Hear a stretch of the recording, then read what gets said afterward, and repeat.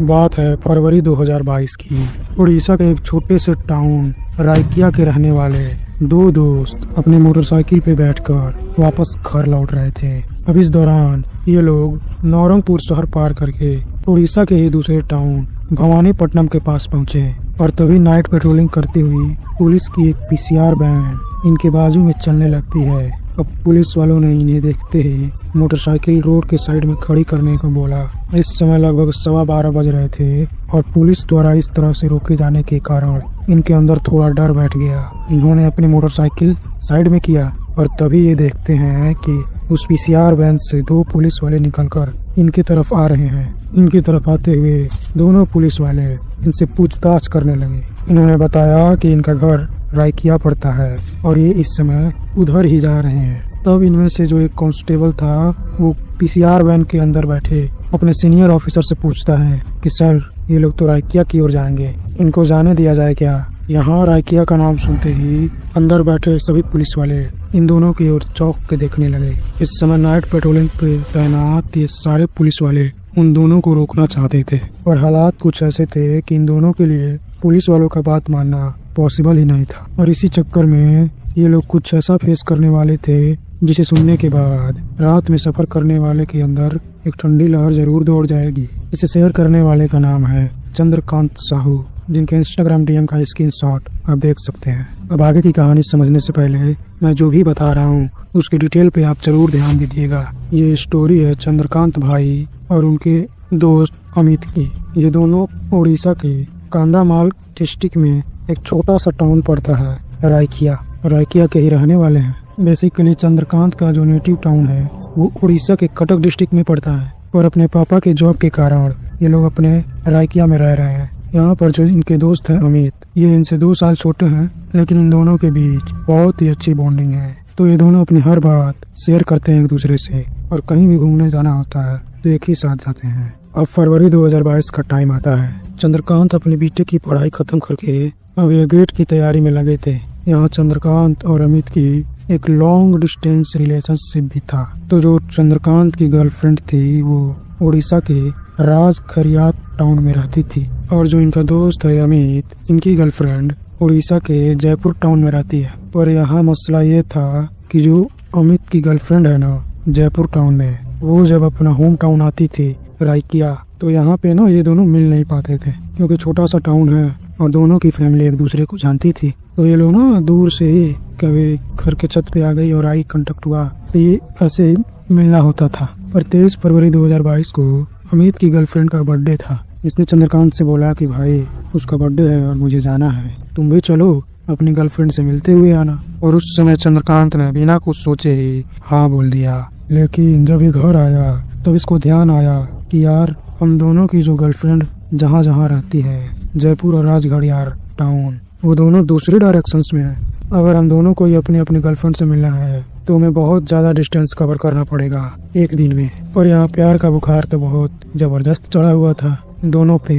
तो दोनों ने ये चीज़ें इग्नोर कर दी कि भाई हमें कितना डिस्टेंस कवर करना है। अब चंद्रकांत के पास FG बाइक थी तो इन दोनों ने डिसाइड किया कि उसी बाइक पे बैठ के हम दोनों लोग घर से निकलेंगे। अब देखो ये लोग कहाँ जाते हैं, किस रोड से जाते हैं, इसे समझने के लिए आपको सबसे पहले ये समझना होगा। ये जो रायकिया टाउन है यहीं पे चंद्रकांत और अमित रहते थे और यहाँ से 220 किलोमीटर दूर चलकर ये लोग पहुँच जाते हैं राजखरियार में चंद्रकांत की गर्लफ्रेंड रहती है। अब जो अमित की गर्लफ्रेंड है वो रहती है जयपुर में बिल्कुल नीचे की तरफ। तो उनको जयपुर आने के लिए सबसे पहले भवानीपट्टनम आना पड़ेगा और फिर वहाँ से जयपुर की तरफ जाना पड़ेगा। और इसी भवानीपट्टनम से एक और रास्ता कटता है जो वापस रायकिया की तरफ जाता है और ये लोग इसी रूट से वापस घर जाने वाले थे। अब आगे की कहानी ध्यान से सुनना। अगले दिन सुबह 5:30 बजे ये दोनों चंद्रकांत की मोटरसाइकिल पर बैठकर निकल जाते हैं अपनी गर्लफ्रेंड से मिलने के लिए। दोपहर के 12:30 बजे ये दोनों राजखरियार पहुंचते हैं जहां चंद्रकांत की गर्लफ्रेंड रहती है।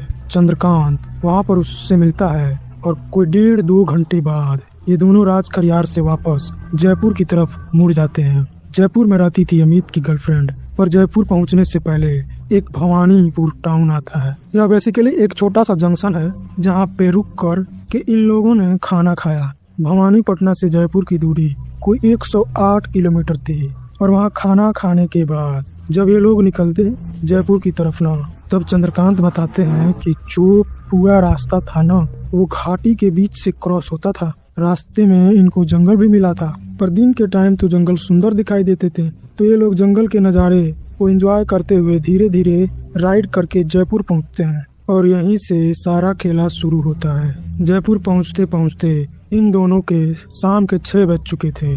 अमित बोलता है चंद्रकांत से कि भाई अपनी बाइक दे दे, मैं जाऊंगा अपनी गर्लफ्रेंड से मिल के आता हूँ, तब तक तू यहाँ पर वेट कर ले। चंद्रकांत ऐसे ही करता है, बोलता है कि ठीक है तू बाइक लेकर जा, और चंद्रकांत खुद एक पार्क में रुक जाता है। चंद्रकांत बोलता है कि मैं यहीं पार्क में वेट करूंगा, तब तक तू मिल के आ जा अपनी गर्लफ्रेंड से।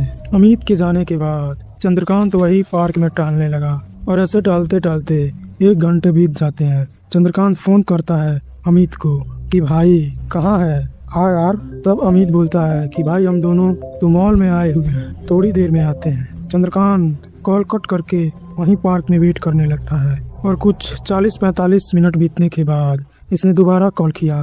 तब अमित बोलता है भाई चंद्रकांत मैं बस पहुंचने वाला हूं, तू ना तब तक ऑनलाइन कोई आसपास लॉज देख ले जहां पर आज हम लोग रुकेंगे। तब यहाँ चंद्रकांत बोला कि भाई मैं ऑनलाइन नहीं देख रहा हूँ, तू आ साथ चलेंगे और ऐसे देख के लेंगे। ऑनलाइन हम लोगों को महंगा पड़ेगा, अगर सामने जाकर बात करेंगे लॉज वाले से तो शायद दाम भी कम कर दे, तू बस जल्दी आ जा। यह बोलकर चंद्रकांत ने फोन कट कर दिया। रात के करीब 8:30 बजे अमित वापस आ जाता है और बोलता है चंद्रकांत से कि भाई चल अब लॉज ढूंढते हैं, खा पी के सो जाएंगे, सुबह सुबह निकलना भी है घर के लिए भी।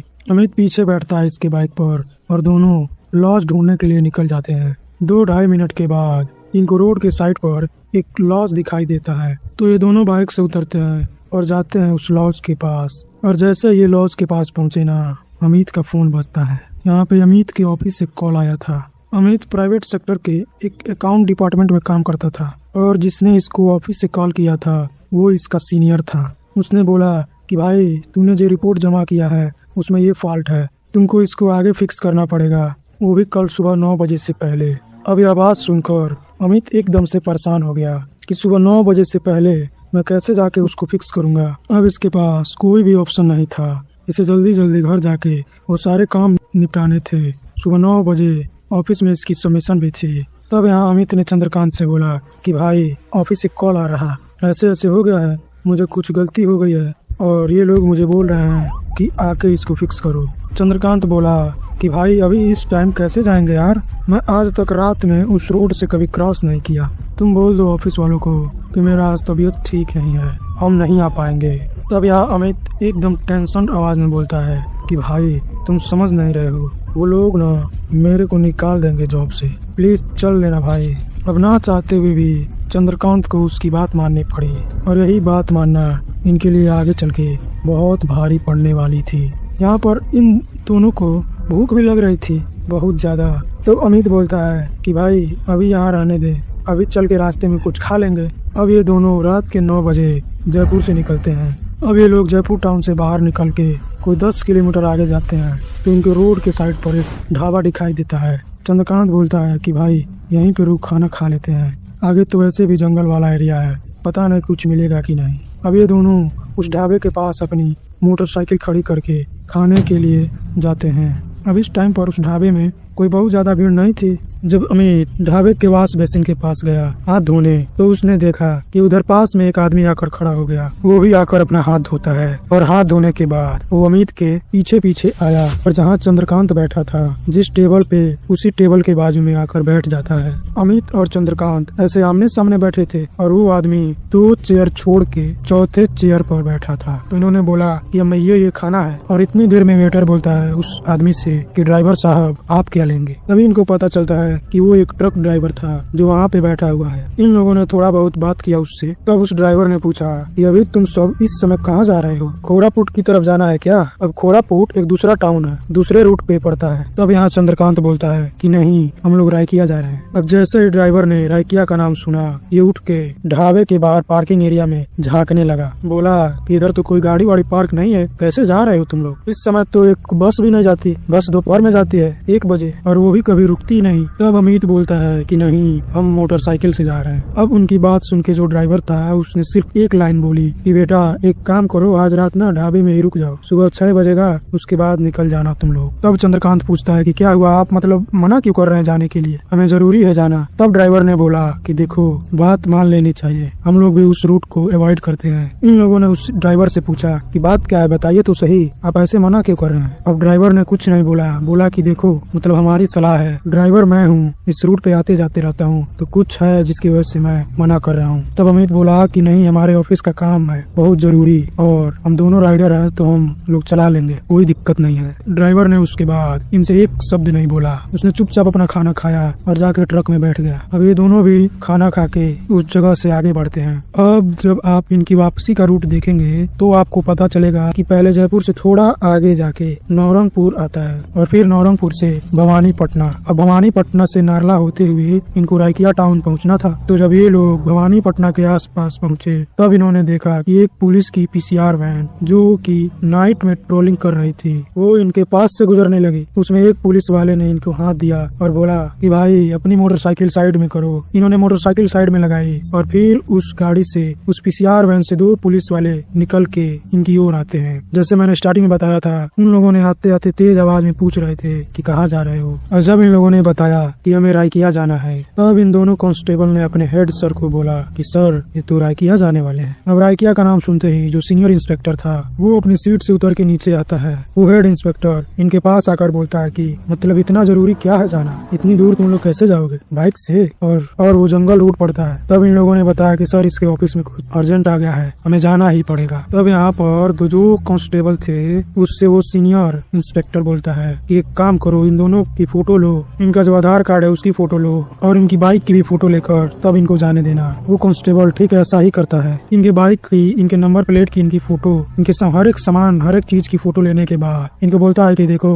तुम लोग मान नहीं रहे हो, बहुत सावधानी से जाना। अब ये दोनों बोलते हैं कि हाँ ठीक है सर, आप टेंशन मत लीजिए। अब ऐसा बोल के इन दोनों ने भवानीपटना वाले एरिया को क्रॉस किया। अब उस भवानीपटना वाले एरिया को क्रॉस करके करीब 1.5 घंटे राइड करने के बाद रात के 2 बजे ये लोग नारला पहुंच जाते हैं। जब ये लोग नारला पहुंचे तो इन्होंने देखा कि 20-25 पुलिस वाले आगे रोड ब्लॉक करके खड़े हैं। इन लोगों ने मोटर बाइक जाके उन पुलिस वालों के पास रोकी। तब उन्होंने बोला कि सुनो अभी आगे मत जाओ, आगे रामपुर जंगल आता है और वहाँ पे 2-3 चोरी और मर्डर हुए हैं। कोई एक बदमाश का ग्रुप है जो वहाँ पे आके ये सब कर रहा है और जो उस जंगल के आसपास के गांव वाले हैं वो लोग रात में उस रास्ते पर पहरा देते हैं। अगर तुम जाओगे तो तुमको ही चोर समझ के हो सकता है कि तुमसे मारा पीटी कर दें, तुम लोग मत जाओ इस समय। तब चंद्रकांत बोलता है कि सर हमें क्यों मारेंगे, हम तो 2 लोग हैं और वो भी बाइक से, हमें जाना बहुत जरूरी है सर। तब इन पुलिस वालों में से एक बंदे ने इनको हिंट भी दी कि देखो उस रास्ते पे ना जंगली जानवर भी हैं और बहुत अजीब सा होता है वहाँ पे, आप लोग मत जाइए इस समय। तब अमित बोलता है कि भाई हम लोग 60% रास्ता क्रॉस कर चुके हैं, 40% ही बचा है और ऑफिस का भी ऐसा काम है। इन दोनों ने पुलिस वालों को अपनी सारी बातें समझाई। अब क्या करते, इनकी मजबूरी थी। इन पुलिस वालों ने ये बोला कि ठीक है जाओ पर ध्यान से जाना एकदम, अगर गांव वाले रोके तो चुपचाप रोक के बता देना कि हम बस रायकिया जा रहे हैं, भागने की कोशिश मत करना उनसे। यहाँ पे ये दोनों पुलिस वाले से बातचीत करने के बाद आगे निकलते हैं। जैसे ये लोग उस पुलिस नाके से आगे निकले भाई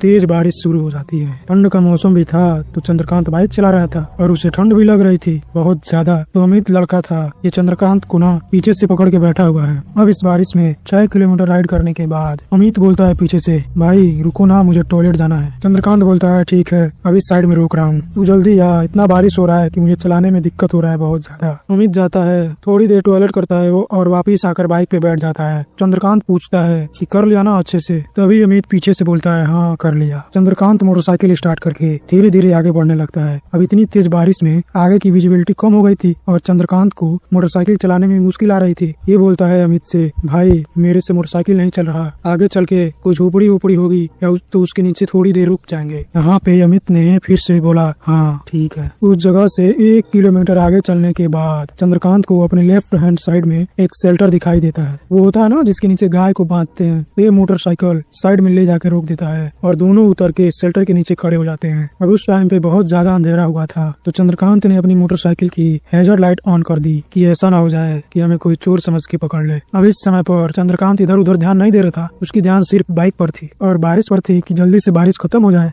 अब कुछ टाइम के बाद जब बारिश थोड़ी कम हुई तभी अमित को बोलता है कि भाई चल बैठ चलते हैं। और भाई ये बोलने के बाद जब जब चंद्रकांत अमित की तरफ देखता है ना ऐसे मुड़ के, तो इसने पाया कि भाई अमित तो भीगा ही नहीं है। जहाँ पर चंद्रकांत का पूरा शर्ट जैकेट जो भी पहना था सब भीग चुका था। अमित एकदम सूखा हुआ था, उसके शरीर पर पानी का नामो निशान नहीं था। यह देखकर चंद्रकांत बोलता है अमित से कि अबे तू तो भीगा ही नहीं, एकदम मेरा पूरा बदन भीग गया है, पैंट के अंदर भी पानी घुस गया है, तू ऐसे सूखा सूखा कैसे खड़ा है। तब अमित बोलता है कि भाई चलना जल्दी, अभी बारिश कम हुआ है, ऐसे क्यों बहस कर रहा है। ऐसे बोलकर अमित शेल्टर से बाहर आया और बाहर आकर चंद्रकांत को बुलाने लगा। चंद्रकांत भी जाकर मोटरसाइकिल पे बैठता है। अब क्योंकि इनको जल्दी पहुंचना था, ये लोग इसने ज्यादा क्वेश्चन आंसर नहीं किया। ये लोग उस शेल्टर से 3 किलोमीटर और आगे जाते हैं। जब 3 किलोमीटर आगे गए तो इसके हेडलाइट का फोकस सामने रोड पर पड़ा और इसने देखा कि भाई रोड पर 10-15 आदमी खड़े हैं। उसमें से 5-6 आदमियों के हाथ में डंडे भी थे और ये वही गाँव के लोग थे जिनके बारे में पुलिस ने वार्न किया था। जब यह उनके करीब पहुंचा तब उन्होंने हाथ दिया रोकने के लिए। ये जाकर मोटरसाइकिल खड़ी करता है अपनी, तो उनमें से जो एक आदमी था वो आकर बोलता है चंद्रकांत से कि तुमको डर नहीं लगता, तुम कहाँ जा रहे हो इस टाइम। तब चंद्रकांत बोलता है कि यहीं राय किया जा रहा है। तो फिर उस आदमी ने बोला कि अकेले ही जा रहे हो, मतलब गजब हिम्मत है तुम्हें यार। तब चंद्रकांत बोलता है कि अकेले कहाँ, मेरा दोस्त बैठा है ना पीछे। तब वो आदमी बोलता है कहाँ कोई बैठा है तुम्हारे पीछे, तुम ही तो हो बस इस मोटरसाइकिल पे। अब यह बात सुनते ही चंद्रकांत अपनी गर्दन पीछे घुमाता है और भाई पाता है कि इसके मोटरसाइकिल पर कोई है ही नहीं। अमित गायब था वहाँ से। भाई साहब इसके एकदम पसीने छूटने लगे। इसने ज्यादा कुछ रिएक्ट नहीं किया। वो आदमी पूछ रहे हैं कि कहाँ है तुम्हारा दोस्त। तब चंद्रकांत बोलता है कि पीछे ही तो था उधर, वहाँ शेल्टर में हम लोग रुके हुए थे बारिश से बचने के लिए। अभी चंद्रकांत और उस आदमी के बीच में ऐसे डिस्कशन चल रहा था कि तभी इन लोगों ने देखा कि दूर से ना टाटा सुमो आ रही है इनकी तरफ। वो टाटा सुमो आकर इनके थोड़ी दूर पे खड़ी होती है और उस सुमो से अमित नीचे उतरता है। वो चलते हुए चंद्रकांत की तरफ आया। चंद्रकांत ने पूछा कि भाई तू सुमो में कैसे आ रहा है, तू बाइक पे बैठा था ना मेरे। यहाँ पर अमित बोलता है कि भाई जो पुलिस वालों का नाका लगा था तूने मुझे वहीं पे छोड़ दिया था। मैंने तुझे कितना आवाज दिया कि भाई रुक रुक। मैं उतर कर गया था पुलिस वालों से बात करने के लिए और इतनी देर में तू निकल गया वहाँ से। मैंने तुझे कितनी बार आवाज दी रुकने के लिए, पर तू इतनी देर में निकल गया कि पुलिस वाले भी कुछ नहीं कर पाए। बाद में पुलिस वालों की जान पहचान कर सुमो था, सुमो में बैठा के मुझे आगे भेज दिया। यहाँ चंद्रकांत ने अमित से कोई बहस नहीं की। ये उससे बोलता है कि ठीक है तू पीछे बैठ बाइक में, और बैठा के वहाँ से अमित को लेकर आगे निकल जाता है। जब उन गाँव वालों की भीड़ से ये लोग थोड़ा आगे आए तब चंद्रकांत बोलता है कि अबे तूने तो बोला था मेरे को पीछे कि मेरे को टॉयलेट जाना है। यहाँ अमित ने बोला कि भाई कहाँ बोला था, मैं तो पुलिस वालों के पास खड़ा था। अब यह चीज सुन के ना चंद्रकांत की हालत खराब होने लगती है। यह एक्सप्लेन भी नहीं कर पा रहा था अमित को, क्योंकि इसे लग रहा था कि मैं अगर एक्सप्लेन करूंगा तो उसे डर लगने लगेगा। चंद्रकांत ने इस घटना को इग्नोर करते हुए अपने बाइक की स्पीड बढ़ा दी। कुछ समय के बाद ये लोग एक जगह पर पहुँचते हैं और उस जगह का नाम था टुमडी बंद। यहाँ से इनके जिले की दूरी 38 किलोमीटर थी। और चंद्रकांत बताते हैं कि उस टुमडी बंद से जैसे ही हम 12 किलोमीटर और आगे गए एकदम घनघोर जंगल स्टार्ट हो गया। मतलब इतना ज्यादा डेंस फॉरेस्ट था कि अपनी मोटरसाइकिल के हेडलाइट के अलावा हमें और कुछ लाइट सोर्स दिखाई भी नहीं दे रहा था। अब जंगल का एरिया होने के कारण मैंने भी स्पीड थोड़ी घटा दी और उस रोड पे ना कोई भी दिखाई नहीं दे रहा था। बहुत देर पर एक आध 4 व्हीलर क्रॉस करता हम लोगों को। चंद्रकांत के अंदर डर तो ऐसे ही बैठा हुआ था।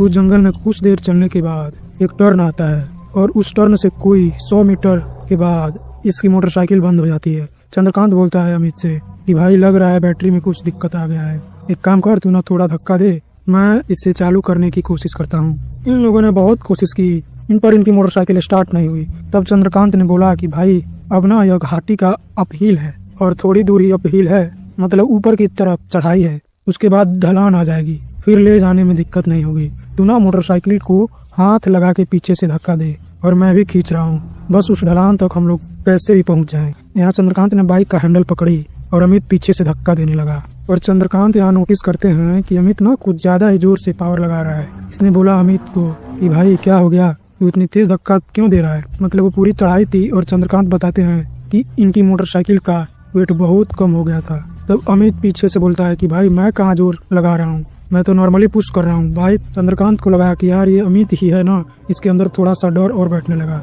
इन दोनों ने उस चढ़ाई को पार किया और नीचे ढलान का रास्ता था। चंद्रकांत बोलता है कि भाई मैं बाइक पे बैठ रहा हूँ, तू ना धक्का मारते कूद के ऊपर बैठ जाना। अमित बोलता है ठीक है। अब जैसे उसने ढलान से नीचे उतरा और अमित कूद के पीछे बैठा। चंद्रकांत बताते हैं कि भाई जिस ढलान पर उनके बाइक की स्पीड बहुत तेज होनी थी वहाँ उनकी स्पीड एकदम कम हो जाती है। मतलब इनको ऐसा लग रहा था कि कोई इनकी मोटरसाइकिल आगे से रोक रहा है फोर्स लगा के कि आगे मत बढ़ा पाए।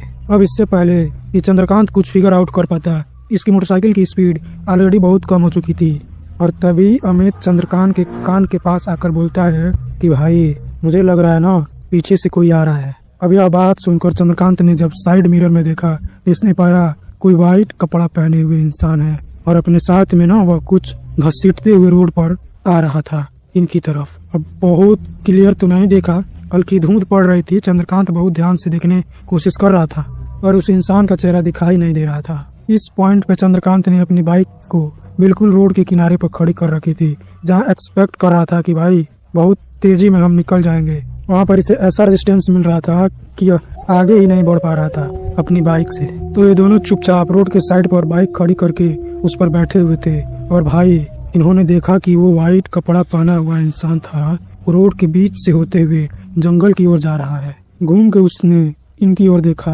एक बार पर। इन लोगों ने कुछ भी रिएक्ट नहीं किया, ये सीधे देखते रहे। चंद्रकांत एकदम ऐसी कनखी से देख रहा था कि वो इंसान रोड के बीच में खड़े होकर इनकी ओर देख रहा है और इनकी हिम्मत कहाँ हो रही थी कि उसे आई कांटेक्ट करे या फिर देखने की कोशिश करे कि कौन है। अब इनकी ओर कुछ सेकंड देखने के बाद वो इंसान धीरे धीरे जंगल की ओर मुड़ने लगा। इस पॉइंट पर अमित पीछे से बोलता है कि भाई मुझे बहुत ज्यादा डर लग रहा है। अब यह कौन है भाई? इधर आसपास तो कोई घर भी नहीं है, यह कौन है भाई इतना अजीब सा? और ऐसा बोलते हुए अमित ने चंद्रकांत को पीछे से और जोर से पकड़ लिया। तब चंद्रकांत बोलता है कि भाई कुछ भी हो जाए मोटरसाइकिल से नीचे मत उतरना। ये दोनों अपनी मोटरसाइकिल को रोड के साइड पर खड़े करके चुपचाप उस इंसान की तरफ देख रहे हैं। चंद्रकांत बताते हैं कि मैंने अपनी मोटरसाइकिल का फॉग लाइट ऑन रखा था। अभी तक तो वो इंसान हमारे पीछे से होते हुए साइड से क्रॉस किया और जैसे ही हमारे फॉग लाइट की रोशनी उस पर पड़ी ना, उसने पाया कि वो एक औरत है। बाल पूरे सफेद उसके और वो सफेद बाल उसके मुंह पर आ रहे थे। फिर ये दोनों देखते हैं कि वो औरत इनकी मोटरसाइकिल से 30 मीटर आगे जाकर रोड के दूसरी साइड पे बैठ जाती है और जो ये साथ में बोरी घसीट के ला रही थी, उस बोरी को खोल के उसके अंदर से कुछ निकाला। इन्होंने देखा कि वो एक छोटे बच्ची का कंकाल था। उस औरत ने अपने दोनों पैर ऐसे रोड की तरफ फैला दिए और कंकाल को अपने पैरों पर सुला के जैसे तेल वेल लगाते हैं ना बच्चे को, ये देखते हैं कि उस कंकाल के पैर के साइड में वो हल्दी लगा रही थी। इन दोनों का यहाँ पर एकदम खून सूख चुका था कि कैसे रिएक्ट करें। और 1-1.5 मिनट के बाद ही उन्होंने देखा कि उस औरत के गले में फूल सी माला भी पहनी है। वह फूल की माला को तोड़ कर निकालती है और जो कंकाल था ना बच्चे का, उसके ऊपर वो फूल की माला रख देती है और एकदम जोर जोर से चिल्लाने लगती है, चिल्ला कर रोने लगती है। करीब 20 मिनट तक वो औरत ऐसे ही चिल्ला कर रो रही थी और इन दोनों की हिम्मत नहीं हो रही थी कि उस औरत को क्रॉस करके वहां से आगे जाए। ये चुपचाप अपनी मोटरसाइकिल पे बैठ के सुबह होने का वेट कर रहे थे। अब 20 मिनट तक रोने के बाद वो औरत अपनी जगह पर खड़ी हो गई और भाई जैसे ही वो औरत खड़ी हुई, चंद्रकांत बोलता है कि सुन अमित, हम ना पैर से ऐसे मोटरसाइकिल को ढकेल कर यहाँ से जल्दी बाहर निकलते हैं। और इन लोगों ने ठीक वैसा ही किया। पैर की फोर्स से मोटरसाइकिल को आगे ढकेलते हुए इन लोगों ने उस जगह को पार किया। अब जैसे इन दोनों ने साइड में खड़ी औरत थी उसको क्रॉस किया, पता नहीं चंद्रकांत के दिमाग में क्या आया। इसने पीछे मुड़कर देखना चाहा कि वो औरत अभी क्या कर रही है। और भाई जैसे ही पीछे मुड़ा, यह देखता है कि रोड के साइड में जो पेड़ था वो औरत उस पेड़ में फांसी लगा के झूल रही थी। इन दोनों के रूह कांप गई एकदम। ये दोनों उस ढलान पर बहुत तेजी से मोटरसाइकिल रोल करते हैं और इसी बीच इनकी मोटरसाइकिल स्टार्ट हो गई। उस जगह से 3 किलोमीटर आगे गए तो एक अंकल थे गांव के, वो ना ऐसे टॉयलेट करने के लिए गांव में निकले थे। सुबह सुबह टॉयलेट करने के लिए बाहर निकले थे। ये लोग जाके मोटरसाइकिल उस अंकल के पास रोक देते हैं। रोक के हांफने लगे बहुत ज्यादा। तब अंकल ने पूछा क्या हो गया, इस समय तुम कहाँ से आ रहे हो? तब चंद्रकांत ने सारी बात अंकल को बताई। यहाँ पर उन अंकल ने बताया कि बेटा अगर तुम मोटरसाइकिल से उतर जाते ना तो तुम्हारी लाश भी नहीं मिलती इस जंगल में। फिर अंकल ने बैक स्टोरी रिवील की। ये बोलते हैं कि कुछ साल पहले एक औरत अपनी 6 महीने के बेटे और अपने पति के साथ उस रास्ते से आ रही थी। ये लोग मोटरसाइकिल पे थे और इनका एक गाड़ी के साथ एक्सीडेंट हो जाता है। जब एक्सीडेंट हुआ ना तब इनके हस्बैंड की स्पॉट डेथ हो जाती है और जो उनके 7 महीने की बेटी थी उसके सिर में भी ब्लीडिंग होने लगती है। यह अपने हस्बैंड की बॉडी पकड़ के और एक हाथ में बेटी को उठा के कैसे भी घसीट के ना गांव की तरफ ले कर आना चाहती थी। उस एक्सीडेंट वाले स्पॉट से जब यह 40 मीटर और आगे आई तब इसने नोटिस किया कि जो इसकी बेटी है वो भी मर चुकी है। अब दुख के मारे यह अपने हस्बैंड और बेटी की बॉडी रोड के साइड में लगाकर बहुत देर तक रोती रही। शाम के टाइम लोगों ने इसे गांव तक ले जाने की कोशिश की पर इसने मना कर दिया। जब अगली सुबह लोग इस रास्ते से गुजर रहे थे तब उन्होंने देखा कि इस औरत ने पेड़ से लटक के सुसाइड कर लिया है और उसी की आत्मा आज जंगल को हॉट करती है। एक 8 साल पहले उस जंगल से गुजरने वाले कई सारे लोगों को इस औरत ने अपना शिकार बनाया। उनकी भी स्पिरिट इधर घूमती है, जो छलावा के रूप में आने जाने वाले यात्रियों को अपना शिकार बनाते हैं। तुमने बाइक नहीं छोड़ा, ये बहुत अच्छा काम किया बेटा। अंकल की आवाज सुन के ये लोग वहाँ पे बैठते हैं, फिर पानी वानी पीते हैं और फिर सुबह होने के बाद अपने घर वापस आते हैं। तो यार ये थी पूरी कहानी। अगर पूरी कहानी सुन चुके हो तो एक लाइक जरूर